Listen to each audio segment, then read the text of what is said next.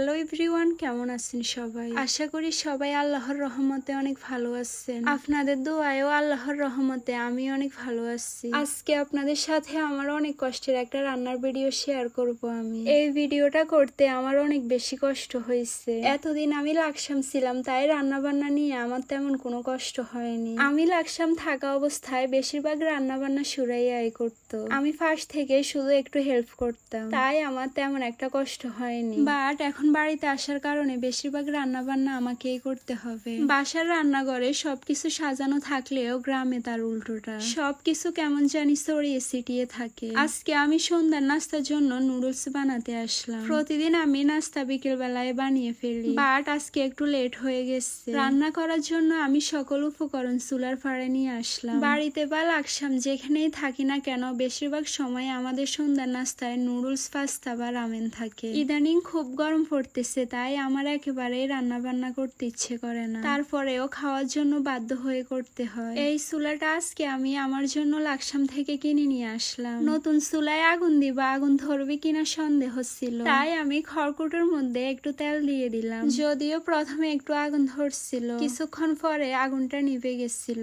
আমি আবার ট্রাই করে আগুন ধরালাম। চুলাটা নতুন হলেও খুব সুন্দর করে আগুন জ্বলতেছিল। বাড়িতে আসলে আমি অনেক কষ্ট করে রান্না বান্না করি। রান্না করার সময় আমার ভাই আমাকে কাজে একটু হেল্প করে না, কিন্তু ও খাওয়ার সময় ঠিকই উপস্থিত থাকবে। চুলা জ্বালিয়ে একটা পাতিল বসিয়ে সেখানে পরিমাণ মতো পানি দিয়ে দিলাম। আজকে রান্না করার সময় কোন কুফা লাগছে কে জানে। আমি রান্না করতে আসার কিছুক্ষণ পর হঠাৎ করে কারেন্টটা চলে গেল। আমার রান্না করার মুডটাই নষ্ট হয়ে গেল। তারপরেও কি আর করা, যে ফোন দিয়ে ভিডিও করতেছি ওই ফোনে ফ্ল্যাশ লাইট দিয়ে রান্না করতে লাগলাম। আজকে আমার কপালটাই খারাপ, কেন যে আমি রাতের বেলা রান্না করতে আসলাম। পানিগুলো গরম হলে আমি নুডলস সিদ্ধ করে নিলাম। নুডলস সিদ্ধ হয়ে গেলে রান্না করতে আর বেশি সময় লাগে না। অনেকদিন পর আমি মাটির চুলায় রান্না করতে আসলাম, তাই সবকিছু কেমন জানি এলোমেলো লাগতেছিল। আজকে আমার এই ভিডিওটা করতে বেশি কষ্ট হওয়ার মূল কারণ হলো আমি নিজে রান্না করছিলাম এবং নিজের ভিডিও নিজেই করতেছিলাম, যার ফলে আমার অনেক বেশি কষ্ট